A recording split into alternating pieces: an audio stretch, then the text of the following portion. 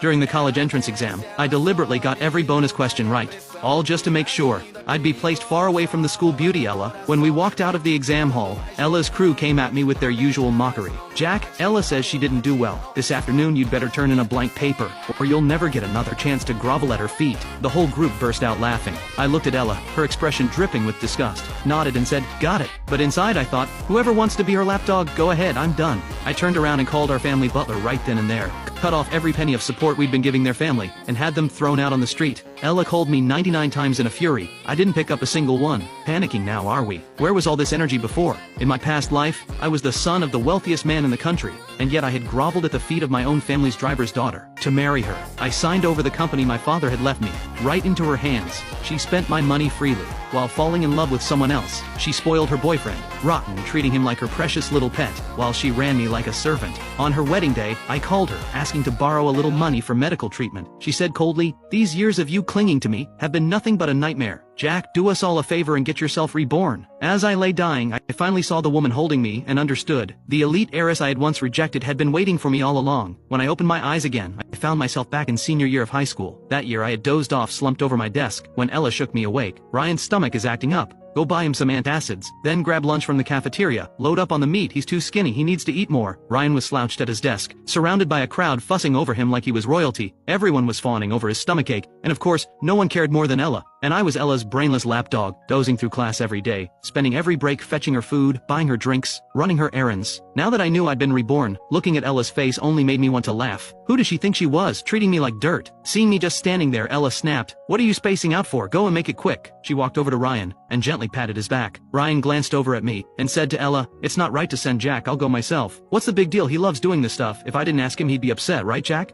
She looked at me. I forced a thin smile, said nothing and headed to the cafeteria. This time I lined up and got 2 full meals. A classmate nearby spotted me and let out a little laugh. "Fetching lunch for the queen again? She likes Ryan, you know, someone on her level, not a nobody like you," I asked flatly. "What do you mean a nobody?" They sneered. "You're a servant's son, riding to school with her every day and thinking you can actually marry her. Wake up, a guy as dumb and useless as you. You'll spend your life as her family's servant, doing her laundry, sweeping her floors, changing her kids' diapers." I let out a bitter laugh. "Ella told you I'm a servant's son?" I had liked her, that was the only reason. I'd let her ride in my private car to school every single day. But somehow, in everyone else's eyes, Ella had become the wealthy heiress, and I had become the servant's son. Seeing me ask such a question, the other person rolls their eyes at me. "Whatever, just get her lunch back there before it goes cold." They laughed again. The people around me joined in, laughing at the lapdog, laughing at the fool who dared to dream. The bell rang. Jack walked out of the cafeteria. But I didn't go back to class. I sat down by the flower bed, and ate both meals myself. I couldn't even remember the last time I'd had a proper meal. Without money, decent food was out of the question. Every